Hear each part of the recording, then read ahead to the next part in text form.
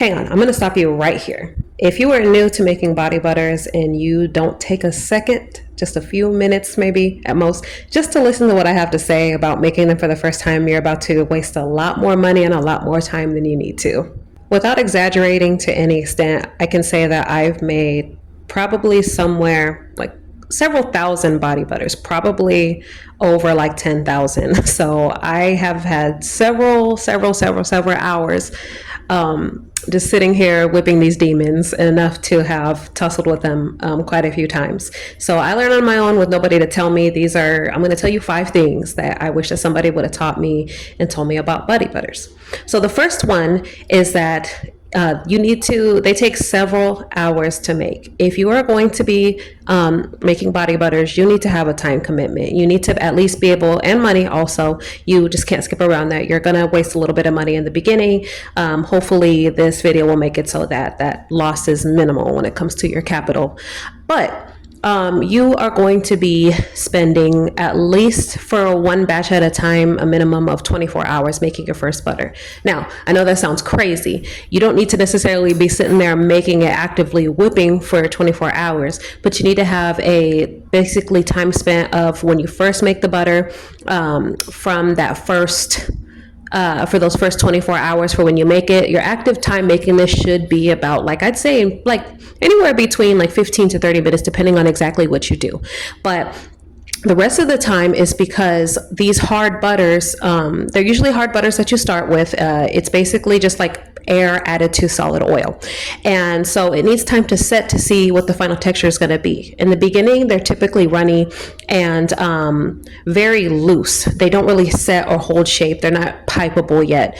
And so you're going to need to let it set for at least like 12 hours overnight, out on your regular, just room temperature, to see exactly what the final form is and how hard it gets, how solid it gets. That also is going to be determined by the kind of butters and oils and percentages and stuff that you use. So you're going to need to have time and patience for that, because even if you try to freeze it, the problem with freezing it in the beginning is that it does get it to be more solid, but it's more like an artificial solid. So when you take it out, what can happen is that it will start to get all liquid, because you're going from a very cold type of climate to a more warm one. So keeping that in mind, you're going to want to at least let it set for several hours after reheating or melting of any time, for at least 12 hours to see what the final texture is. And then at that point, you can decide if you would like the texture, if you want to change it. And there are also a few different ways to do that. Another issue that I've seen a lot of people have with their butters sometimes is that it can come out gritty. And this is due to 2 things. Either if you add powdered additives, that's kind of a little bit more obvious ones. Sometimes the powder is not finely ground enough. So you're going to get those little grits, bits, and pieces. And sometimes, depending on what ingredients you put in your butter, they can bind in the butter. So you have to just make sure. I would test a small batch in whatever type of butter or whatever type of powder you're going to use. Micas are generally fine. They're fully oil soluble. They spread pretty evenly. But if you're going to use like honey powders or like butterfly pea powders or matcha, it's imperative that you find out and make sure that those are ultra finely ground into like a fine powder. Otherwise, you are going to feel those grits in your butter, and it's going to make it more like a scrub than a butter. So an idea for a different product for a whipped body butter. Nobody wants to be scratching all grainy and having anything all, just in a body butter. Nobody wants that, right? But this is fixable. So if you do that and you mess up and you find out that a butter is, or that your powders aren't quite soluble in your formula, in terms of at least being smooth, what you need to do is you can melt it back down. And then you can use like a super fine, has to be super ultra fine cheesecloth, and strain the excess out. And then just note that for next time, whatever type of powder you use, just make sure you don't use it again. But it is a fixable problem. So that's pretty simple. The second issue that you sometimes have is that if you are adding like certain waxes, or even like sometimes shea butter too, depending on the type of batch it is and how it was processed, it can be gritty sometimes, and that happens because you'll have certain different oils and butters and waxes have a different cooling time, I should say. So if you have like a small percentage of beeswax in there and then you put it in the freezer, then what's going to happen is it's going to get gritty because those waxes are going to solidify faster than the rest of the butter, and they're not going to solidify evenly. They'll get hard and they'll start to sink or pool in a certain place, and then whenever you're whipping it and dispersing it back, they've cooled in a different way that the butters and oils do. So that's an easy fix too. You can always remelt, and then I would say instead of letting it cool first for a long period of time before whipping, you're going to want to continuously come back during the cooling process and let it whip. So this will take a lot of time. It is very tedious. Sometimes you can add other ingredients to help from this. I know that sometimes cetyl alcohol helps to even the spread of the waxes, and also adding cerebellina sometimes can spread the waxes a little bit evenly and help them to form better, so you don't have that type of grittiness problems. That's actually a pretty big one, and a lot of people don't know. When it comes to why shea butter is gritty, it just depends on how it was processed. So you want to make sure that the brand of shea that you're getting, you test beforehand, isn't gritty beforehand, and also make sure that in the melting phase you're not scorching your butters, because that can always change the property of them.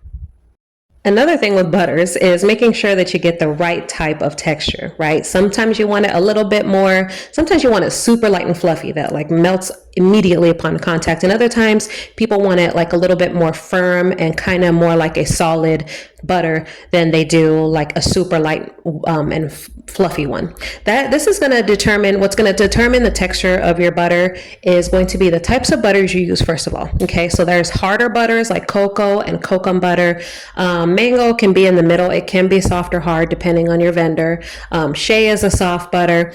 And those are a few examples, but your harder butters are going to solidify more and differently. So say for example, I always give people a good starter percentage to go with. You're gonna, for me, if you want like a light and fluffy butter, not too light, but good and whipped, but still firms decently, I would say start with like 40% shea and 60% of your loose oils, like safflower, coconut, things that are a little bit, that are going to be like a liquid oil, I should say. And that should fluffen up. But if you're going to use a harder butter, like cocoa butter, that's going to be different. You're going to probably use 70-30, more oils, less cocoa butter. And the same thing for kokum butter, probably 70-30. And each butter has different properties. So cocoa is more oily and kind of has a more greasy leftoverness, but it can be really soft. And then kokum dries faster, and it's a really dry, brittle butter. So if you break them apart, the cocoa butter is going to break off into like bigger chunks, and then the kokum butter you can break into like small, tiny little crumbs that can make a mess everywhere. So depending on which butter you choose and you go with is going to determine how hard it gets, and then depending on how much oil and butter, what your oil to butter ratios are. You can always use waxes to firm them if you want to fix them. But these are easy fix problems. So with the first issue, if it is too runny, you can easily either melt, or depending on if it's like a soft butter, you don't really need to melt it like shea butter. You just add it straight in and re-whip. If it's cocoa, you're going to need to, melt it and then whip it. And otherwise that can also cause a gritty butter if it's not properly and thoroughly melted. And so you're going to basically, if you need to add more butter, you can melt it down and then add it in, and then let it go through the entire cooling process again and whip again and see, how it firms up. Give yourself a good testing period to see what you like, what kind of texture you prefer for your butters. And then if it does come out too firm, that's an easier fix. You literally just add more liquid oil, no water, and then just whip it and then see how it turns from there until it gets too fluffy. Add small amounts at a time, whip it, and still give it a little bit of time to rest each time, like 10 minutes minimum. And so that you can see how it solidifies, and you don't want to add too much, because adding too much oil will just make it all just watery and more oily than having the nice firmness of the butters. But those are easy fixes. You can always play with the texture and change it. Even if you get somebody else's formula, I recommend testing the formula and changing it on your own so that you can see more specifically what kind of texture that you like. I always cannot stress enough, Know your ingredients, know and educate yourself the properties that you put in them. But one of the sneakiest ones when it comes to butters and oils really is knowing the comedogenic ratings, okay? Because this is going to determine if you have acne skin, acne prone skin, or even normal skin that isn't prone to breaking out. You're still going to want to know these numbers, especially if you're making them from somebody else. So all the comedogenic rating means is just how likely is it to clog your pores. And this works for a lot of people, including myself. In the beginning, I started using natural products. I tried everything on my skin. Coconut oil is something that you see all over the internet that's great for the face and great for acne. And it is one of the most highly comedogenic items or ingredients out there. So it's very likely to break out your face. It did for mine. And, what works for you and what works for different people are different, but this is just for good general information to know. Cocoa butter is a highly comedogenic oil or butter. Kokum butter is great for the face because it's not comedogenic at all. Shea butter is tricky because while shea butter isn't typically comedogenic, that means scores higher than a 2 on the scale, then it doesn't tend to clog pores. But shea butter takes a longer time to absorb. So what that means is that if you put it on your face, it's going to feel more oily, take a longer time to absorb. And that means that it can, if any sort of bacteria or anything gets on your face for whatever reason, just airborne or anything of the sort, unassumingly, right? It's going to sit on your skin for longer, giving it more time to cause that type of irritation to your skin that leads to acne. So comedogenic ratings is one of the most important things to know about formulation in general, but especially butters, because people tend to use that all over. And if you're like me, sometimes you want to use a really nice face butter, but you need to know what ingredients to put in there in order to understand the type of effects that your butter should or could potentially have. And last but not least, I really want to clear up one thing whenever it comes to body butters. Now, a lot of companies out there, I know it's a marketing gimmick, no shade on that end. When you guys say, oh, I throw out my lotion and got body butter instead, body butter versus lotion. They are not the same. It's oranges to apples. Both have different benefits. Lotion isn't bad just because it has stabilizers in it that prevent it from molding on your skin. It does have great benefits to it, but they are two different things. You're comparing apples to oranges and trying to call oranges bad when orange has its own set of benefits that apples don't have for you. Okay. And what that clear benefit is that butters are great and good for the skin. They're more on the natural side. They don't require any other type of stabilizers generally in order to be able to function on your skin. But what it does not do is it does not provide hydration, which comes from water. They do moisturize your skin. Oils are moisturizing and they are absorbed by the skin, but they do sit on the skin for longer, and oil and water do not provide the same type of hydration for the skin. So because it's like saying, don't drink water anymore, only drink oils or juice, and it's different. And I know the whole thing with fruit water is going on, but it's just like saying no water, don't drink any water. You're good if you drink oil. You'll be like, what? That sounds ridiculous. And it's the same thing for putting it on your skin. What a lotion does is it combines those waters with those oils to turn into an entirely new type of product that penetrates a little bit deeper, that you can add different type of actives to, like ceramides, hyaluronic acids, different type of vitamins, AHAs, BHAs, all serving different functions on your skin. And this is what you would call an emulsified butter, a lotion. It's kind of in the same classification because it has where you bind those waters and oils, hence being called the emulsified. It blends those two together. And so this beautiful process creates an entirely different product than what body butter is. Body butter is great, but but for people, the switch between body butter and anhydrous, I should say, no oil, and aqueous, which is lotion, is that people who are used to lotions and want lotions like that it gets absorbed. Body butters do tend to be more greasy, and a lot of people say, oh, it's a non-greasy formula.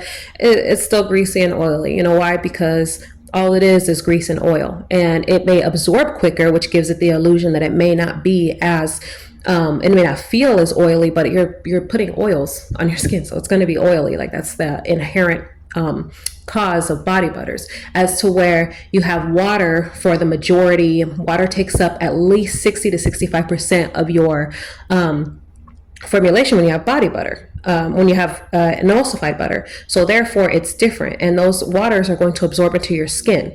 It just opens up the array of things that you can formulate when it comes to emulsions. They are a little bit harder to learn. You can't really whip an emulsion either, because adding oil just or adding too much air just causes deflation. They can be more difficult to formulate, but if you love lotions, you'll love getting into emulsified. So I will say that. But those are two different products, okay? Don't be misconstrued, especially if you're formulating them and you're just like, oh, this body butter is so oily. Why is it oily? Because it's oils. If you want to make a lotion, that's a totally different topic, but totally worth looking into if you want to venture out and get a little bit more experienced in your formulation game.